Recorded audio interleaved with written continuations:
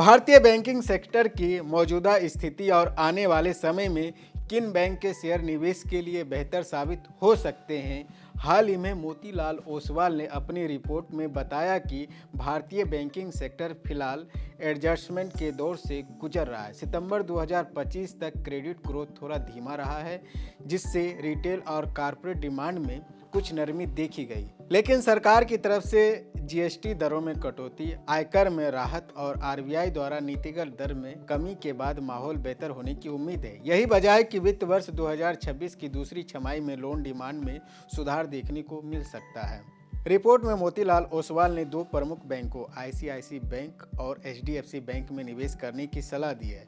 ICICI bank का share शुक्रवार को 1365 रुपये पर बंद हुआ और जबकि मोतीलाल ओसवाल ने बताया कि इसमें तेजी आने की उम्मीद है। आईसीआईसीआई बैंक की ताकत इसकी मजबूत बिजनेस और रिटेल फ्रेंचाइजी में है, जिसमें इंडस्ट्री क्रेडिट ग्रोथ की लगातार पीछे छोड़ा है। बैंक अब 4 अक्टूबर 2025 से सेम डे चेक क्लियरिंग की सुविधा भी देने जा रही है, जिससे ग्राहक तेज फंड का फायदा उठा सकेंगे। इसके अलावा 5 लाख से अधिक के चेक के लिए पॉजिटिव पे सुरक्षा और धोखाधड़ी रोकने में मदद करेगा। ये बदलाव न सिर्फ ग्राहकों के लिए सुविधा बढ़ाएंगे, बल्कि बैंक की डिजिटल लीडरशिप और ऑपरेशनल एफिशिएंसी को भी मजबूत करेगा। वहीं एचडीएफसी बैंक का शेयर शुक्रवार को 964.75 रुपये पर बंद हुआ, जबकि मोतीलाल ओसवाल ने बताया कि इसमें तेजी आने की उम्मीद है। एचडीएफसी बैंक वित्त वर्ष 2025 में लोन विस्तार को धीमा रखने के बाद अब मजबूत ग्रोथ की ओर बढ़ रहा है।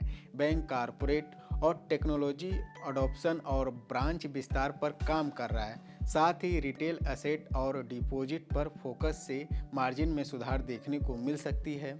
एचडीएफसी बैंक की मजबूत प्रोविजनल और अनुशासित अंडरराइटिंग की वजह से एसेट क्वालिटी और लोन कॉस्ट कंट्रोल बनी रहती है। टेक्नोलॉजी और टैलेंट में निवेश से ऑपरेशन एफिशिएंसी और मिड टर्म फायदा भी हो सकता है। वहीं दोनों बैंक मजबूत बैलेंस शीट, डिजिटल लीडरशिप और ऑपरेशनल एफिशिएंसी के कारण निवेश के लिए आकर्षक है। आईसीआईसीआई बैंक में 22% तक और एचडीएफसी बैंक में 19% तक का संभावित रिटर्न देखा जा सकता है। इन शेयरों में निवेश मिड टर्म में अच्छा रिटर्न देने की स्थिति में है।